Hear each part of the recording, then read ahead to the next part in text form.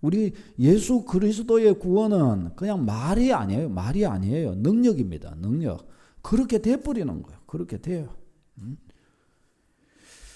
자, 오늘 이 본문 말씀을 보면은 우리 가족들 다 구원해야 돼요. 우리 이웃 사랑하는 저들 내가 구원할 수는 없어요. 그러나 끌어앉혀 놓으면 구원해 주실 줄로 믿습니다. 그렇게 해야 되는 거예요. 그렇게. 오늘 본문에서 세례 요한이 이제 세례를 베푸시는 것을 볼 수가 있습니다. 이 요한이 베푸는 세례를 물 세례라고 합니다. 이 물 세례가 이제 오늘도 우리가 우리 오늘날 교회가 베푸는 세례의 모본입니다. 우리가 베푸는 이 세례는 요한의 물 세례입니다. 물 세례. 자, 그러면 이 세례는 어떤 의미를 가지고 있는가? 마가복음 1장 4절에 보면 세례 요한이 광야에 이르러 죄 사함을 받게 하는 회개의 세례를 전파하니 말씀합니다. 요한의 세례를 죄 사함을 받게 하는 회개의 세례라고 말합니다. 여기에서 이 회개라고 하는 것은 그냥 단지 죄를 그냥 잘못했다고 빈다 그런 말이 아니고요. 여기서 이 회개라는 것은 한 가지입니다. 하나님을 인정하지 않고 경외하지도 않고 알려고 하지도 않는 마음, 이것을 하나님 앞에 인정하고 그것을 버리고 그리고 하나님을 인정하고 의지하는 자리로 돌아서는 것, 하나님 없는 자리를 이제는 싫어하여 버리고 하나님 경외하는 자리로 돌아서는 것, 이것을 회개라고 그럽니다. 회개. 이 회개를 말합니다. 이 회개의 세례라는 말은 그러면 그가 하나님을 인정하지 않던 삶을 싫어하여 버리고 이제는 하나님을 의지하는 삶, 하나님을 인정하고 의지하는 삶으로 나 자신이 돌아선 것을 공식적으로 드러내는 표입니다. 세례를 받는다는 것은.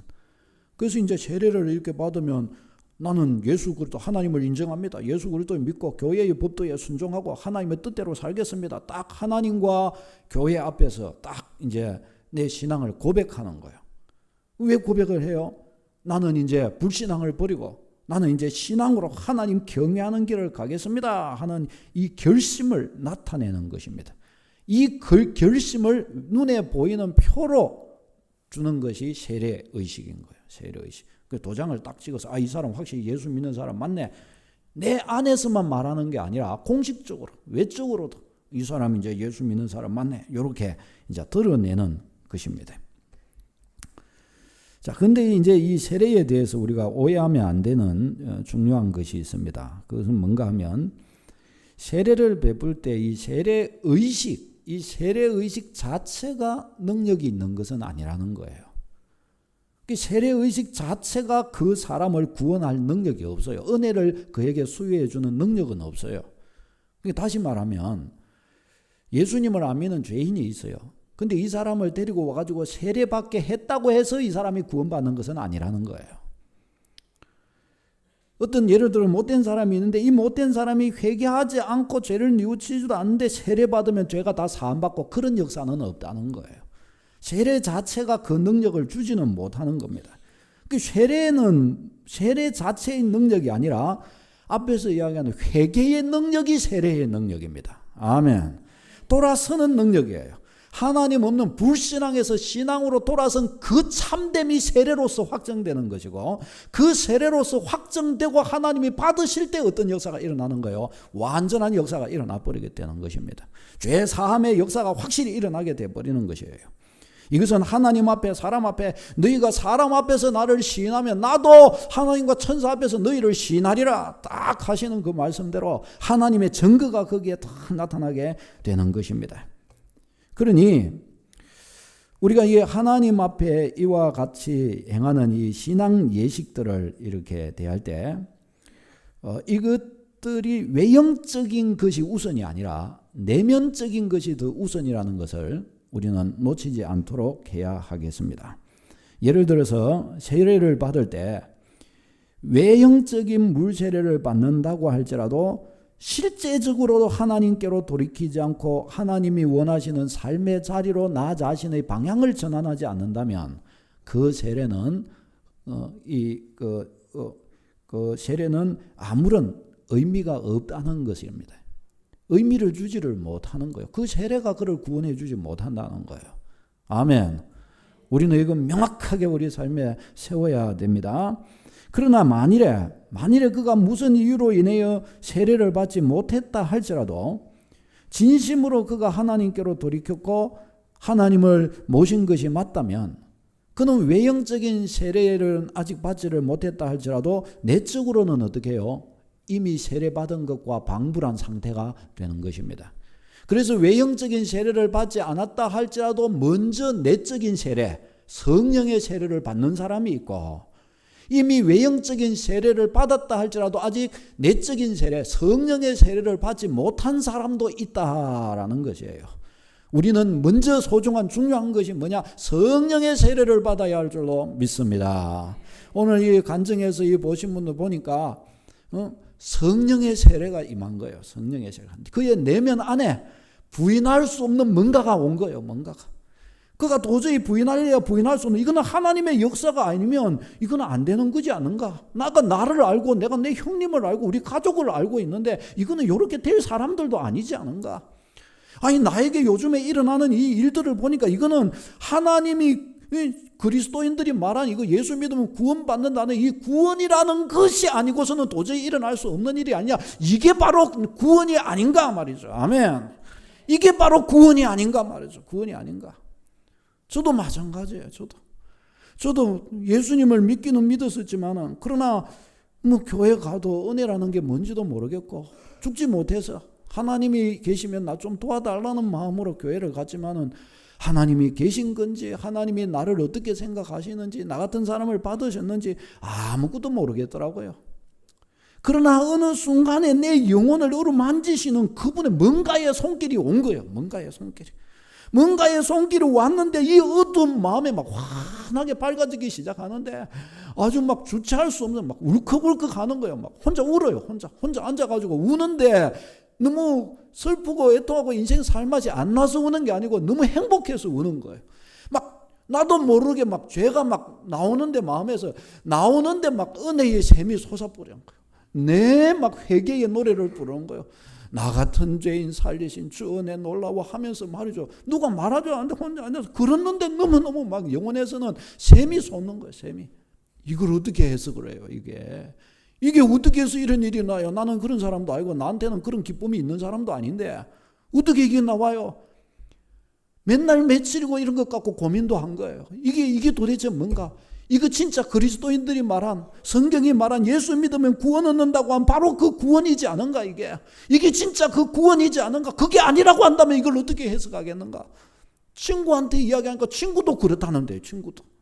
거기서 너무너무 놀란 거예요. 아, 그렇다면 이거는 내 개인적인 문제가 아니라 이거는 정말 공적인 성경이 가르쳐준 그 구원이 있다는 것을 말하는 것이고 하나님이 내게 예수 믿는 내게 그 구원의 은혜를 나를 불쌍히 여기서 주신 것을 말하는 것이고 저 친구도 또한 그렇다는 것은 그 친구도 그렇단 말이에요. 이 친구의 이야기를 듣니 그 교회 다니는 많은 사람들에게 그 일이 있었다고 그러고 그 일이 있다고 그러니 그 사람들 그러면 우리는 똑같은 하나님을 모신 것이 아니냐 확인이 되더라고. 확인이. 아멘.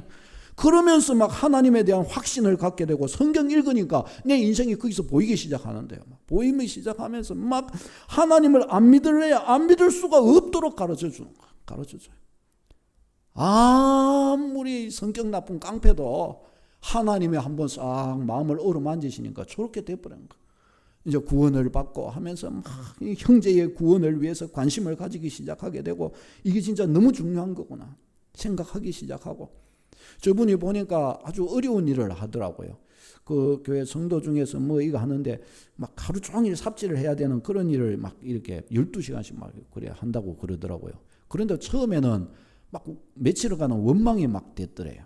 하고 구원받으면 뭐 좋은 일 안 주시고 뭐지 이런 일을 하나 그렇게 했는데 며칠 지나고 나서 가만히 생각할 때 하나님의 깊으신 은혜를 막 겪으면서 있죠. 저분이 그랬다더라고요. 그거 하면서 너무 감사하고 이렇게 땀 흘리면서 살 수 있게 된 것, 이 보람. 나 같은 자가 이렇게 살 수 있게 되리라고는 상상도 하지 못했는데 나도 평범한 사람이 되어서 이제는 이렇게 살 수 있게 됐구나. 너무너무 막 감격하고 있죠. 달라졌잖아요. 달라져요. 구원받은 줄로 믿습니다. 구원이 막 역사한 거예요. 역사예요. 여러분,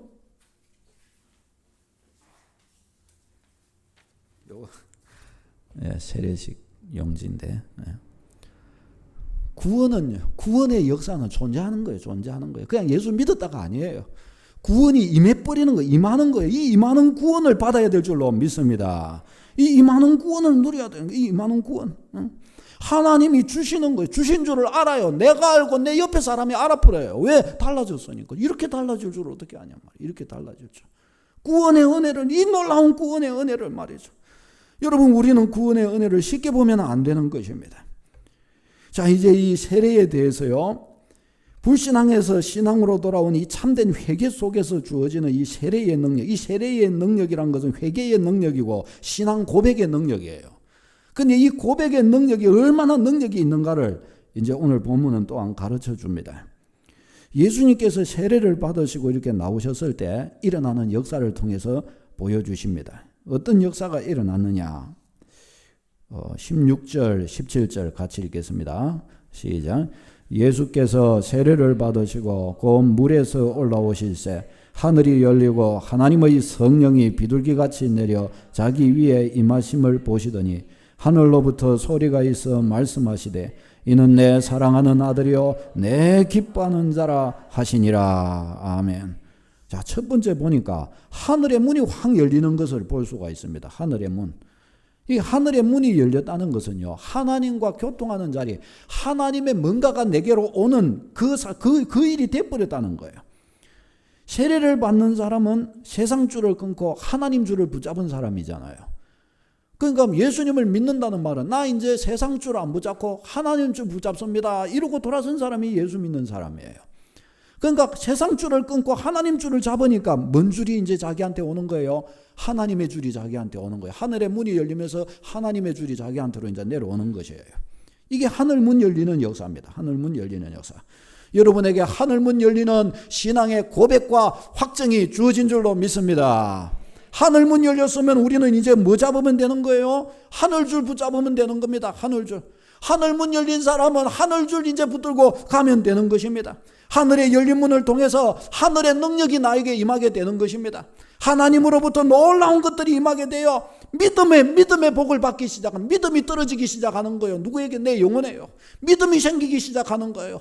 이 믿음을 붙들고 믿음으로 걸어가는 주의 백성 되시기를 바랍니다. 하늘문이 안 열린 사람에게는 믿음이 안 떨어져요. 그러니까 믿음이 안 생기고 자꾸 불신앙으로 보게 돼요. 왜? 하늘문이 안 열리니까 그런 거예요. 그것은. 하늘문이 열려요. 참된 불신앙에서 신앙으로 돌아오면 하늘의 문이 열려요. 회개하지 않던 삶에서 진정한 회심의 삶, 회개의 삶으로 돌아오면 하늘의 문이 열려요. 그 열린 문을 통해서 믿음이 떨어져요. 믿음이. 하나님이 믿어지기 시작하는 것입니다. 하나님에 대한 확신이 생겨요. 기도하면 응답의 문도 열려요. 영적인 것을 알아가게 되고 깨닫게 되고 구원의 은혜도 맛보게 됩니다. 구원의 기쁨이라는 것도 알게 됩니다. 다른 사람한테 아무리 말해도 그는 몰라요. 이것에 대해서. 그러나 뭔가가 달라졌다. 뭔가가 이 속에 울렁하는 이게 뭐냐 도대체. 이 기쁨이 도대체 뭐냐. 나는 현실적인 것은 지금 나는 다 망했고 지금 부도가 나갔고 저러고 있지만 그런데 이 기쁨 이거는 도대체 뭐냐. 나로 이와 같이 행하게 만드는 이게 도대체 뭐냐 말이죠. 이 도대체. 그게 주어지는 거예요. 그게. 죄의 무거운 짐, 마귀가 준 멍에 그런 것들이 없어져 버립니다. 하나님이 믿어집니다. 하나님의 사랑을 알게 됩니다. 하나님을 위해 무언가를 해보고 싶은 마음이 막 드는 거예요. 하나님을 위해. 그런 깡패도 하나님을 위해 이 형제를 구원하고 싶은 마음이 들고 착한 마음을 가지고 뭔가를 해보고 싶은 인간답게 살고 싶은 마음이 들고 그렇게 살 수 있는 의지력도 하나님이 허락해 주시고요. 얼마나 감사해요. 얼마나. 조금씩 이런 자리로 나아가지게 되는 것입니다. 왜 그러냐? 하늘의 문이 열렸기 때문입니다. 세례의 능력은 이거예요. 고백의 능력은 이겁니다. 하늘의 문이 딱 열리는 거예요. 하늘줄 붙들고 이제는 걸어가면 놀라운 역사 일어날 줄로 믿습니다. 두 번째는 성령이 임하신 것을 볼 수가 있습니다. 성령이 세례를 받고 올라오자 성령이 비둘기같이 그에게 임하시는 거예요. 이것은 비단 성령 세례 받을 때에 임하셨다는 말이기도 하지만 더 중요한 것은 이 세례의 근본 원리인 신앙의 진정한 고백 속에 이게 임하는 거예요. 신앙의 진정한 고백 속에, 진정한 믿음의 걸음 속에 굵은 선을 가지고 하나님께로 방향을 전환해버린 삶 속에 이런 성령의 비둘기같이 임하시는 은혜가 임하게 되는 것입니다. 이 성령의 놀라운 은혜, 진정한 회개, 진정한 믿음의 결단 속에 이 성령의 놀라운 축복, 이 놀라운 은혜를 부어주시는 것입니다. 그는 이제 성령 충만을 받을 수 있어요. 성령 충만을 받으면요, 권능이 생겨요. 권능이 생기면요, 그의 말, 그의 행실 속에, 그의 기도 속에 힘이 생겨요. 힘이 생기면 다 이길 수 있는 줄로 믿습니다. 어떤 어려움이나 어떤 고난이나 어떤 부딪혀오는 것이나 그것 놓고 기도하기 시작하면 아버지의 뜻이 임하기 시작하고 영감을 받기 시작하는 거예요. 깨달아가기 시작하는 거예요. 저분도 기도하니까 뭔가 이거 어떻게 해야 되겠다는 지혜가 떠올랐다고 그러잖아요. 영감이 임하는 거예요. 영감이. 하늘의 영감이 와서 분별력도 생기기 시작하는 것입니다. 세 번째는 하나님의 사랑이 막 부어집니다. 하나님의 사랑이. 예수님이 올라오셨을 때 이는 내 사랑하는 아들이요 내 기뻐하는 자라. 새 사람 된 나, 예수 그리스도 안에 새 사람 된 나를 탁 놓고서 내가 탁 새 사람 되어 나오니 주님께서, 하늘 아버지께서 나를 탁 놓고 이는 내 사랑하는 아들, 이는 내 기뻐하는 자라. 하나님의 막 을사 안아주시는 거예요. 을사 안아주시는 거예요. 아멘. 아멘. 하나님의 품 안에 나를 막 고이 품어주시는 거예요. 이는 내 사랑하는 아들, 이는 내 기뻐하는 아들, 내가 너를 기뻐한다. 내가 네 하는 모든 일에 함께한다. 내가 네가 걸어가는 모든 인생 가운데 너와 내가 동행해 준다. 여러분,